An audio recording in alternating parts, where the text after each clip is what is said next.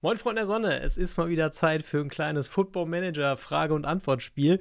Ihr habt mir über YouTube und auf Instagram eure Fragen geschickt und es ist eine ganz bunte Mischung geworden. Natürlich beschäftigt euch insbesondere der FM26, aber wir haben auch ein paar klassische Fragen zum Football Manager, zu mir, unter anderem auch zu meinen allerersten Manager-Erfahrungen. Wir steigen einfach ein mit der Frage von Erik Baumann. Ich hoffe, dir geht's gut mit deiner Pause vom Stream FM und es war der richtige Schritt für dich. Wie siehst du die Zukunft für einen FM26 mit der mangelnden Kommunikation momentan? Und in dieselbe Kerbe schlägt auch MK, Start einer neuen Ära der FM26 oder Anfang vom Ende. Er ist mittlerweile aus den bekannten Gründen gespannt, was wir bekommen werden. Also erstmal, mir geht's super gut, ohne die regelmäßigen Streams. Natürlich, ja, es schmerzt manchmal, wenn man zurückdenkt, der Austausch im Live-Chat, das gemeinsame Erleben von den Stories, das ist natürlich was YouTube an der Stelle nicht ersetzen kann. Aber mir tut es sehr gut, ein bisschen flexibler zu sein mit meiner Zeiteinteilung, ein bisschen mehr Zeit mit meinen Kindern zu verbringen. Und insofern finde ich es erstaunlich, dass das Karriereende als Streamer schon wieder 7 Monate her ist. Das fühlt sich irgendwie viel, viel kürzer an einerseits. Aber andererseits habe ich jetzt auch nicht den Drang, auf Stream starten zu drücken. Insofern war das die richtige Entscheidung. Und mal schauen, was die Zukunft bringt. Und in der Zukunft liegt auch der FM26. Und ja, wie sehe ich die Zukunft? Also ich habe ja in dem Video der Football Manager 26 lebt, das ich gerne nochmal unten verlinke, ja, ein bisschen mehr, da bin ich ein bisschen mehr darauf eingegangen, was diese mangelnde Kommunikation bedeutet und was man da aus diesem Sega-Kommuniqué da herauslesen kann. Und alles, was wir herauslesen können, ist, dass der Release für den Herbst geplant ist. Und insofern gehe ich davon aus, dass wir im Herbst in eine neue Ära starten. Und wie die dann aussehen wird, das wird sich zeigen, ne? JN fragt, hallo, da habe ich doch auch mal gleich eine Frage. Besteht denn die Möglichkeit, das negative Attribut hat Angst vor großen Spielen abzutrainieren? Meine Lösungsversuche, solche Spieler immer wieder in die großen Spielen einzusetzen, waren nicht erfolgreich.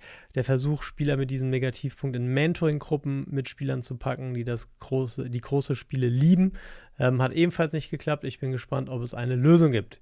Grüße ganz tief aus dem Westen, da wo die Sonne verstaubt und so. Ja, Grüße nach Bochum. Ja, also die Angst vor großen Spielen gehört zu den Attributen, die einfach angeboren sind und die man nicht aktiv verändern kann.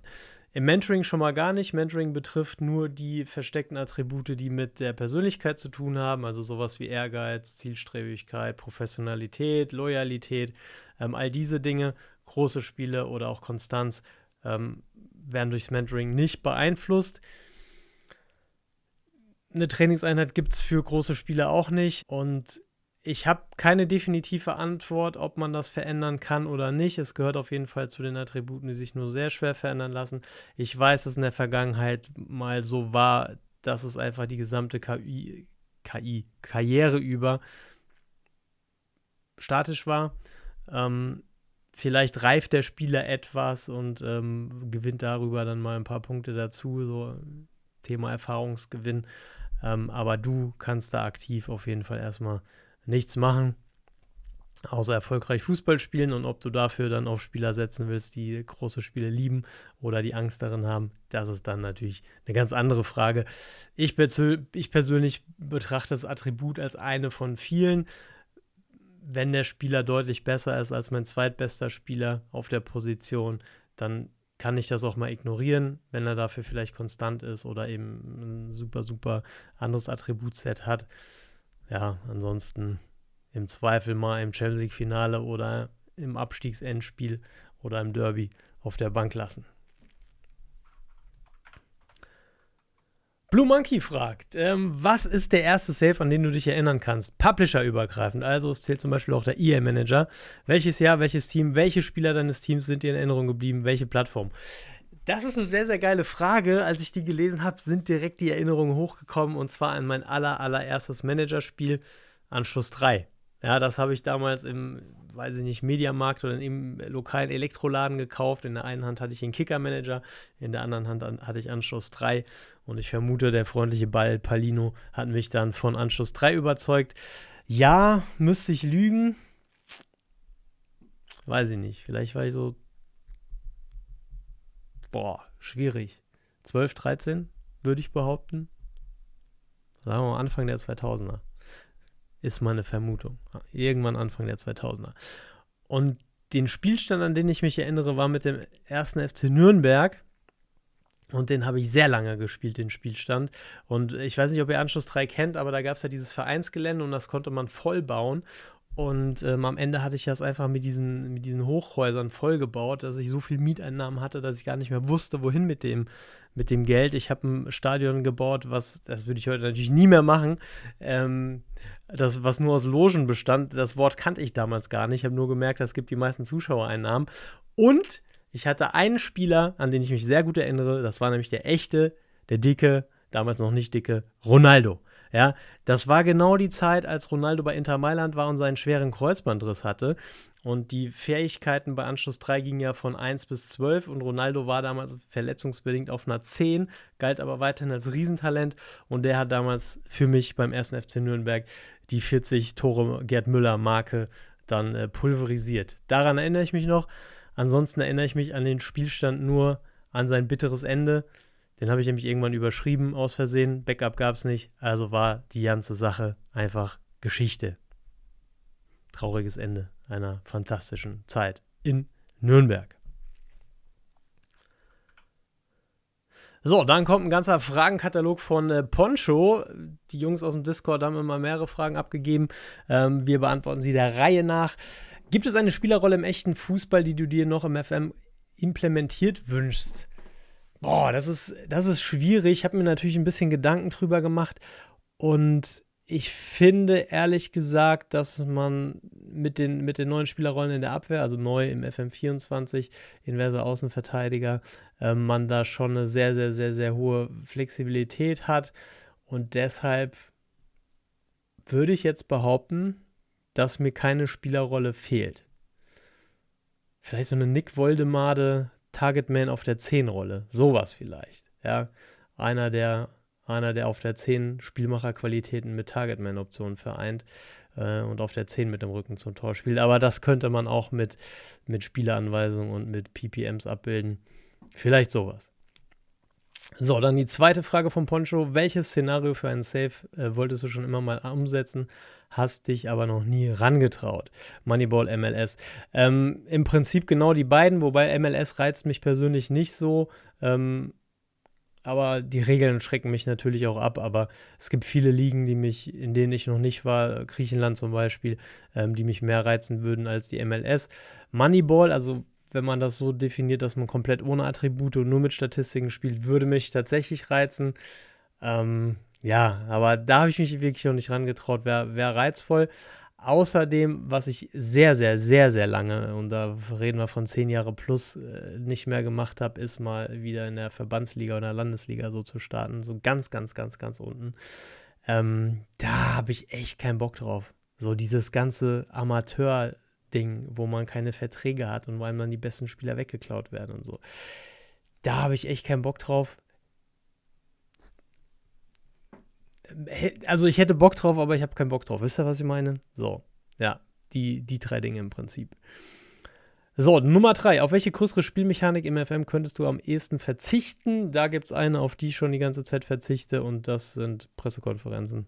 Also wenn du das als größere Spielmechanik durchgehen lässt, könnte ich darauf verzichten. Wenn wir näher in das Kerngeschäft eines Trainers gehen, dann wäre es vielleicht das Training, weil ich das auch immer gerne dem Co-Trainer abgegeben habe. Inzwischen mache ich ein bisschen mehr, aber so Mannschaftstraining könnte ich, glaube ich, auch drauf verzichten. Ich weiß nicht, ob ihr euch erinnert, wie es früher im FM war, da konnte man so schiebereglermäßig so Schwerpunkte setzen und man hat gar keinen konkreten Trainingsplan gehabt. So, das würde mir wieder komplett ausreichen eigentlich. Außer auf die individuelle Trainingssteuerung, da würde ich nicht drauf verzichten. Das ist mir immer heilig, wie sich meine Spieler im Einzelnen entwickeln. Dann Nummer 4, welche weiteren taktischen Regler würdest du für den FM wünschen? Also, es gab ja diesen Leak, ich weiß nicht, ob ihr euch noch daran erinnert, für den FM25, dass die Spielerrollen geteilt werden in Spielerrollen im Angriff und Spielerrollen in der Verteidigung. Und als der Leak rauskam, dachte ich, das ist der komplette Unsinn, weil was soll denn das? je länger ich darüber nachdenke, desto mehr gefällt mir das, die Idee. Und desto mehr Sinn macht das auch in meinem Kopf, weil wenn wir zum Beispiel an Florian Wirtz denken, der defensiv ein sehr, sehr hohes Pensum abspult, sehr, sehr hart nach hinten arbeitet, in der Offensive aber einfach so ein Freigeist ist, also so ein Tricatista, kann man da, glaube ich, extrem viel taktische Tiefe noch hinzufügen, wenn man diese Trennung dann tatsächlich vollzieht. Keiner weiß, ob der Leak plausibel ist oder nicht, aber seitdem hat sich da in meinem Kopf was verändert und ich sehe viele Optionen für viele fantastische Spielerrollenkombinationen, wenn man offensive und defensive Spielerrollen miteinander kombiniert. Insofern, das würde eine ganze Menge an Möglichkeiten eröffnen im FM. Und wer weiß, vielleicht sehen wir das ja im FM 26. Ich bin gespannt. So, dann noch ein Discord-Boy mit 5 Fragen. Adofado setzt noch einen drauf. Nummer 1. Können wir erwarten, dass das Micromanagement reduziert wird oder das umständliche Geklicke, zum Beispiel beim Spieler loben? Also beim Micromanagement gehe ich nicht davon aus, weil das natürlich ein Bereich ist im Football Manager, was das Spiel definiert. Also du und ich würden höchstwahrscheinlich sofort aufhören mit dem Football Manager, wenn der deutlich seichter werden würde. Was das umständliche Geklicke betrifft, da hoffe ich doch sehr, dass das aufhört. Also, dass man so dieses ganze Busywork ein bisschen schlanker macht, ein bisschen gefälliger macht und vor allem auch ein bisschen mit mehr spielerischer Tiefe versieht. Also, wenn man die Spieler blind loben und kritisieren kann, dann kann man es auch komplett sein lassen. Dasselbe bei den Pressekonferenzen. Also, da hoffe ich doch schon, dass da mehr kommt, was das Spielen angenehmer macht oder was halt noch ein bisschen mehr Tiefe dem Ganzen gibt. Immerhin haben sie jetzt einmal die Möglichkeit, das komplette UI, die komplette Benutzeroberfläche vom Football Manager neu zu denken, neu zu konzipieren. Insofern gehe ich davon aus, dass er deutlich besser zu bedienen sein wird.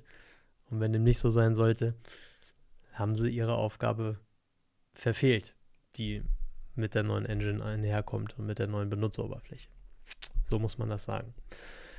Nummer 2. Wie wahrscheinlich ist es, dass es einen AI-Assistenten im Game gibt? ChatGPT kennt den FM schon ziemlich gut. Ich weiß jetzt natürlich nicht, was du mit einem AI-Assistenten konkret meinst, aber klar kannst du ChatGPT Fragen zum Football Manager stellen. Ja, aber das kannst du auch unabhängig davon, ob ChatGPT im FM eingebunden ist oder eine KI im FM eingebunden ist oder nicht. Was mir allerdings sehr gut gefallen würde, und den Vorschlag hat Junukas im letzten Podcast gebracht, und der Podcast kommt entweder kurz vor oder kurz nach diesem Video raus, das weiß ich nicht. Das ist der Podcast über Finanzen im FM mit Frankie Deluxe. Halte die Augen danach offen. Und Junukas meinte, dass es so ein AI-Assistenten zum Beispiel im Finanzbereich ganz nützlich wäre, wo man einfach Fragen stellen kann, weil der KI-Assistent kennt dann die Daten. So, das fände ich persönlich wieder interessant, also dass es nicht nur ein reiner FM-Guide-Assistent ist, wie jetzt ChatGPT beispielsweise, sondern die Daten aus deinem Spielstand kennt und ja, man ihn so ein bisschen zu Rate ziehen kann. Das fände ich tatsächlich sehr, sehr witzig und ist für mich auch die wahrscheinlichere Variante, dass so etwas kommen wird, als dass jetzt die Pressekonferenzen komplett durch KI ersetzt werden oder sowas. Weil das eine rein informative Interaktion wäre mit dem Assistenten und nichts, was jetzt eine Auswirkung auf die Spielwelt hätte. Also wenn man jetzt mit KI die Pressekonferenzen machen würde oder Spielerinteraktion, wäre zwar geil, aber man müsste das halt so perfekt machen, dass die Auswirkungen auf die Spielermoral, auf andere Themen dann eben ausbalanciert sind und auch nicht hackbar sind in dem Sinne. Also dass man das nicht grob exploiten kann, indem man seinen Pressekonferenz-Prompt anpasst. Aber so einen kleinen KI-Assistenten, mit dem man über seine Spielwelt reden kann, im Sinne von, ja, warum sind denn unsere Einnahmen eingebrochen? Und dann guckt er nach, ja, wir haben jetzt weniger Einnahmen im Europapokal oder wir hatten eine Schuldenrückzahlung oder was auch immer. Das finde ich cool. Nummer 3, werden die Features, die für den FM25 gestrichen wurden, im neuen FM26 enthalten sein? Ja, und da reden wir zum Beispiel über die Nationalmannschaften, also dass man Nationalmannschaft trainieren kann, über den Draft-Mode. Ich weiß nicht, was sie noch gestrichen hatten. Fällt mir gerade nicht ein. Müssen wir abwarten. Ich würde jetzt behaupten, ja, wenn man ein Jahr lang mehr Entwicklungszeit hat, sollten die Features drin sein. Aber wir wissen natürlich alle gar nichts und dementsprechend auch nicht, wie groß die Probleme waren, wie groß der Bedarf an Manpower war, die Probleme zu beheben. Ich würde es vermuten, aber ich weiß es nicht. Wir müssen abwarten. Der neue FM wird der FM25 und nicht der FM26. Wie siehst du das aus Marketing- und aus Branding-Sicht? Relativ egal, muss ich sagen. Also ich glaube, dass man ihn dann umbenannt hat, ist einfach so ein bisschen der Tradition zuzuordnen. Also dass man immer im alten Jahr den neuen FM mit neuer Jahreszahl sozusagen rausbringt. Ja, ist für mich eine konsistente Geschichte. Genauso hätte ich es verstanden, wenn man auf das Erscheinungsjahr rausgegangen wäre. Aber so hat man eben die Serie einmal konsistent in der Benennung. Und ja, alles andere ist, glaube ich, relativ egal. Indem man das Kind umbenannt hat, also gesagt hat, der FM25 ist tot, wir machen mit dem FM26 weiter, hat man natürlich da auch nochmal so einen Schlussstrich gezogen und gesagt, so, wir konzentrieren uns auf die Zukunft. Klingt nicht nach so einer langen Verschiebung dann, aber ja, ist, glaube ich, relativ egal. 5. Das ist auch eine sehr gute Frage, und zwar, bleibt der FM modding-freundlich, damit die Fans weiterhin Skins und so weiter selbst erweitern können? Und davon gehe ich fest aus, weil, wenn ich das korrekt verstanden habe, ist die neue Engine ja erstmal verantwortlich für die Benutzeroberfläche, aber sowas wie die Spielweltsimulation und auch die Datenbank, die haben da erstmal nichts mit zu tun. Insofern gehe ich davon aus, dass es den FM-Editor weiterhin geben wird, und langfristig vermute ich sogar, dass der FM eher noch moddingfreundlicher wird, weil Unity generell als moddingfreundliche Engine gilt. Und ich denke da jetzt an sowas wie einen Stadion-Editor beispielsweise, dass sowas in Zukunft mal Thema werden könnte, was natürlich ein riesiger Zugewinn wäre, wenn die Community die Möglichkeit hat, dann nach und nach die echten Stadien in 3D für das Spiel bereitzustellen. Das wäre stimmungsmäßig, wäre das schon ein richtiger Gamechanger, und das ist auch so ein bisschen meine Hoffnung. Aber erstmal glaube ich, dass das Niveau von Modding mindestens beibehalten werden wird. Dann Nico, BVR, mit welchen kleinen Änderungen könnten die Entwickler den FM noch besser machen? Also was fehlt dir beim FM? Tja, das ist immer so eine Frage, die ich mir auch jedes Jahr stelle, bevor neue Features angekündigt werden für den neuen FM. Und die meisten Jahre stand ich da und dachte, mir fällt nichts ein, der FM gefällt mir so gut, wie er ist. Und dann kamen die Entwickler mit irgendwelchen Features, die ich gut fand. Dieses Jahr ist es so, dass mir 2 Dinge einfallen. Das eine ist mir letzte Woche bewusst geworden sozusagen, auch da externer Input. Und zwar gab es ein Video auf YouTube von einem, der den FM redesigned hat, was ich aus Designer-Perspektive super interessant fand. Aber er hatte da ein Feature vorgestellt, und zwar, dass man am Anfang jeder Saison so Trikot-Designs bekommt und dann sein neues Trikot für die neue Saison auswählen kann. Fände ich super charmant, hätte spielerisch jetzt keine große Auswirkung. Aber würde helfen, so ein bisschen den Look und Feel von dem Spielstand langfristig so frisch zu halten. Ich glaube nicht, dass es kommt, da stehen wahrscheinlich auch so Lizenzgründe so ein bisschen dagegen, aber die Idee fand ich cool. Dann den KI-Assistenten, den man befragen kann, über den wir gerade schon gesprochen haben, das wäre auch eine nette Sache. Und dann noch ein anderes Thema aus dem Finanzpodcast mit Frankie. Im echten Leben ist es ja so, dass die Abschreibung eine ganz große Rolle spielt. Also wenn du jetzt einen Harry Kane für 5 Jahre für 100 Millionen holst, dann schreibst du ihm jedes Jahr 20 Millionen ab, und dementsprechend ist die Auswirkung auf die Bilanz dann auch immer sehr stark abhängig von dem Zeitpunkt, zu dem du den Spieler verkaufst. So, und das sind, glaube ich, Überlegungen, die im FM aktuell entweder keine Rolle spielen oder zumindest nicht an den Spieler nach außen kommuniziert werden. Und das fände ich als zusätzlichen tiefe Layer, fände ich das richtig cool. Wenn es einen nicht interessiert, dann orientiert man sich einfach weiter an Gehalts- und Finanzbudget. Aber wenn man da so ein bisschen Langfristplanung und realistische Finanzplanung machen möchte, fände ich, wäre das noch eine coole Information, die man in den FM einfügen könnte. Dann haben wir einmal Brecke, der fragt, was genau bedeutet Exzentrizität beim Keeper und ist ein hoher Wert gut oder schlecht? Also Exzentrizität, und ich versuche das nicht nochmal auszusprechen, beschreibt im Prinzip, ob ein Keeper Keeper-typische oder Keeper-untypische Dinge macht und sich eher wie ein Feldspieler verhält. Also mal ein Dribbling wagt, mit dem Ball am Fuß seinen Strafraum verlässt, den Gegenspieler im Strafraum dann nochmal versucht, auf dem Bierdeckel auszutanzen. Also es ist eher so ein Style-Attribut im Sinne von, welche Art Torhüter haben wir da? Haben wir da so einen langweiligen, ich will keinem zu nahe treten, weiß ich nicht, Sven Ulreich, oder haben wir Manuel Neuer in seiner Prime oder René Higuita mit seinem Scorpion-Kick auf der Torlinie? So, ist ein hoher Wert gut oder schlecht? Ich sehe das sehr, sehr neutral. Also ich würde jetzt keinen Keeper mit hoher Exzentrizität und schlechten Entscheidungen haben wollen oder hoher Exzentrizität und schlechten Dribbling oder schlechten technischen Fähigkeiten. Dribbling gibt es ja nicht beim Keeper. Aber generell gab es auch mal Tests, hat Exzentrizität. So, keine Auswirkungen auf die Gegentore. Insofern, du kannst das Attribut ignorieren oder du willst halt einen Torwart, der ein bisschen mehr Spaß macht, dann nimmst du einen mit hoher Exzentrizität. So, Harry Sedu fragt, dein bisher bester FM-Moment und der bitterste, auch wenn es da bestimmt einige gab, welche haben dich am meisten mitgenommen? Ja, und da gehen wir natürlich ein bisschen wieder zur ersten Frage zurück mit dem Stream. Das sind schon Momente, die da sehr mit verbunden sind, weil sie durch das gemeinsame Erleben mit der Community halt auch an Bedeutung gewonnen haben.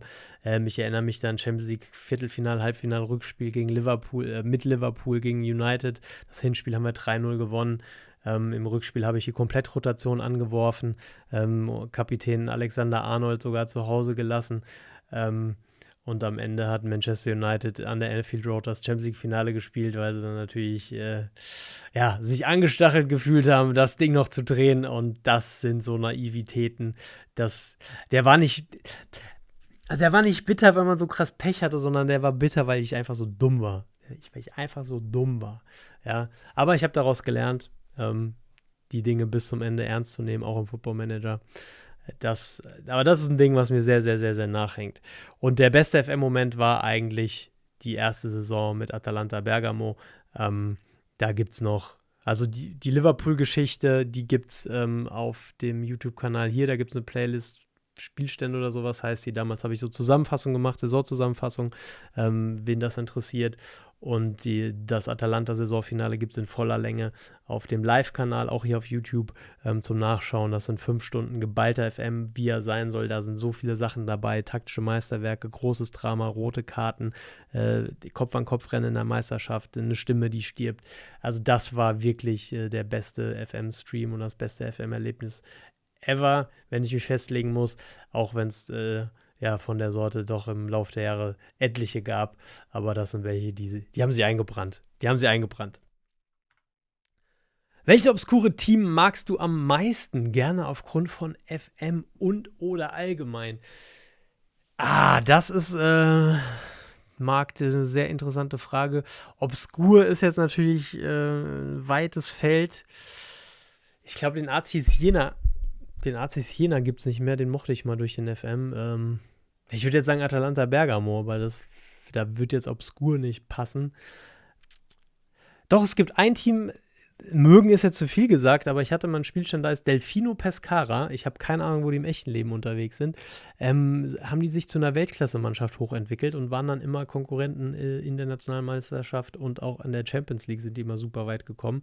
Und das sind so Teams, die haben mir vorher nichts gesagt, die habe ich danach auch nicht mehr groß wahrgenommen im Weltfußball, aber haben seitdem so einen kleinen Platz in meinem Herzen. Ansonsten so richtig obskure Teams. Stellenbosch in Südafrika habe ich mal mitgespielt. Die Mannschaft habe ich mir ausgewählt, weil die so eine schöne Weintraube im Wappen hatte und die sind in so einem Weinbaugebiet in Südafrika.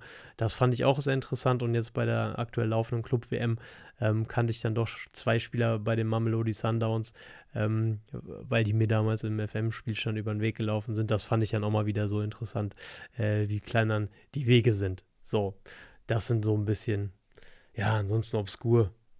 Cruzeiro, Belo Horizonte aus Brasilien, aber ja. Was ist ein obskures Team? Schreibt mir in die Kommentare, was obskure Teams sind, die ihr mögt im Football Manager. Ich bin mal gespannt, was die Definition von obskurem Team ist, wenn ihr da so ein paar Namen nennt. Ich bin mir gerade nicht sicher, ob meine Takes dazu passen. Aber ich hoffe, ich habe deine Frage trotzdem zufriedenstellend beantwortet, Marc. So, kommen wir zu Sab Aude mit einer auch sehr schönen Frage. Was mir aufgefallen ist, im Football Manager gibt es Spielerbezeichnungen wie Führungspersönlichkeit, CR, Mittelfeldspieler und so weiter. Für Trainer gibt es etwas à la Querlix Feuermann, aber nicht. Wie würde dich der FM beschreiben? So, und ich muss jetzt tatsächlich mal parallel in den Football Manager gucken, weil ich würde ja behaupten, es gibt diese Beschreibung. Aber vielleicht nicht immer einsehbar. Aber ich habe schon mal sowas gelesen wie der talentierte Trainer oder so. Ich glaube, aber vielleicht gibt es das nicht im jeweiligen Profil, sondern nur, jetzt gehen wir hier mal irgendwo rein. Nee, gibt es tatsächlich keine Medienbeschreibung in der Form. Wie würde mich der FM beschreiben? Ja, ist langweilig, aber ich glaube Vize-Terry. Oder Rotations-Terry. Aber eigentlich Vize-Terry, nachdem das bei der Football Manager WM in Liverpool letztes Jahr in Stein gemeißelt wurde, würde da einfach Vize-Terry stehen. Ja, ich fürchte schon. Ja. Wir kommen zu Marados Nummer 1. Was muss die neue Match Engine unbedingt leisten bzw. mitbringen? Aus meiner Sicht eine Sache, die muss geiler aussehen. Und zwar richtig geil aussehen. Richtig näher an echten Fußball. Ansonsten gehe ich erstmal davon aus, dass sie das Level hält, was wir haben von der Berechnung. Was ich vorhin schon erwähnt habe, soweit ich das verstehe, ist die Berechnung von der Match Engine von dieser Engine-Umstellung nicht betroffen. Das betrifft nur die Grafik. Natürlich bedingt sich das in bestimmten Bereichen gegenseitig. Deshalb wird es auch in der Logik Fortschritte geben, zumal sie da mal weiter arbeiten. Aber aus meiner Sicht geht es jetzt erstmal um die Optik. Und damit meine ich auch, dass bestimmte Dinge, die bislang nicht erkennbar waren, besser erkennbar werden. Also zum Beispiel, wenn wir ein Dribbling haben, geht der Spieler da vorbei, weil er super Flair hat, weil er super beweglich ist, weil er einfach schneller ist oder weil er super dribbeln kann. Da würde ich einfach gerne mehr optische Informationen bekommen. Und ich weiß nicht, ob es im FM26 schon der Fall sein wird oder erst im FM28, 29, 30, aber das sollte die neue Match Engine aus meiner Sicht leisten können. Glaubst du, dass die neue Match Engine mehr Spielstile erfolgreich sein lässt als die alte? Glaube ich aus dem genannten Grund nicht. Selbes Thema. Ich glaube, die zugrunde gelegenen Berechnungen sind erstmal ähnlich bis gleich. Ich kann mir vorstellen, also ich würde behaupten, es wird immer irgendeine Art von Meta geben, wenn man Meta-Taktiken herausfinden will, gegeneinander testet, wird irgendwas immer als Sieger oben rauskommen. Und man kann auch heute mit defensivem Fußball im FM24 erfolgreich sein. Das wird auch im FM26 so sein. Ob man jetzt im PvP, im E-Sport-Setting dann gegen die, weiß ich nicht, 4-2-3-1 Gegenpressing-Taktik, mit der Indonesien ja auch Weltmeister geworden ist, zum Beispiel, mit einem, weiß ich nicht, 5-4-1 Konter Catenaccio anstinken kann. Glaube ich nicht. Ist im echten Leben auch schwierig. Insofern, ich will dir da keine Hoffnung machen. Ich glaube, das wird ähnlich sein. Welche Features abseits des Spielfelds wünschst du dir für den neuen FM? Hatten wir vorhin schon mal angeschnitten. Also, ich finde alles, was das Storytelling und die Optik und damit die Immersion verbessert, finde ich erstmal großartig. Und natürlich hat das jetzt erstmal nichts mit Spielmechanik und Spieltiefe zu tun. Aber ich fände es schon cool, wenn die New-Gen-Faces geil aussehen und die altern würden beispielsweise. Machen die Originalen ja auch, aber halt auf einem optisch schlechten Niveau. Weshalb wir da immer die zum Beispiel die Uran-Faces benutzen über den New-Gen-Manager beziehungsweise über das FMZ-Tool, dass die New-Gens halt geil aussehen. Aber solche Dinge, oder was ich vorhin angesprochen habe mit der Trikotwahl vor der Saison oder ja, ein Stadion-Editor, sowas fände ich toll, weil es einfach die Immersion vertiefen würde. Und dann natürlich alles, was mehr Kontext bietet im FM, also dass man einfach mehr mitbekommt, ob man jetzt was Historisches schafft oder ob das nur eine normale Siegesserie ist, dass sowas einfach aufgeladen wird. Und da sehe ich an der Stelle in Zukunft dann auch einfach KI, die das viel, viel besser quer vergleichen kann, um dann Superlative aus dem Hut zu ziehen. Solche Dinge fände ich gut. Mit Mit FM-Spielzeit im 5-stelligen Stundenbereich, wie schwer ist es bzw. wird es sein, im Nachwuchsleistungszentrum Regeln und Begrenzungen für Computerspiele festzulegen und durchzusetzen? Also mit dem Nachwuchsleistungszentrum bezieht sich wahrscheinlich auf meine Jugendabteilung. Aktuell gibt es da noch gar keine Probleme. Liegt aber auch daran, dass ich lange nicht mehr so viel spiele wie früher. Meine Frau auch nicht so in der Gaming-Abteilung zu Hause ist.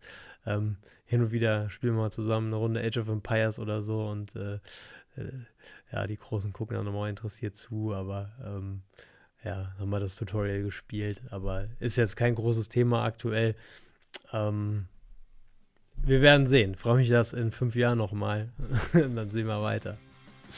Okay, Freunde der Sonne, damit wären wir einmal durch den Fragenkatalog durch. Wenn ihr noch mehr Fragen an mich habt, schreibt es gerne in die Kommentare. Ich beantworte alles Weitere. Und wenn ihr noch mehr Q&A sehen wollt, hier habe ich eine kleine Playlist erstellt mit den bisherigen 2 Episoden, wo ich eure Fragen beantworte zum Football Manager.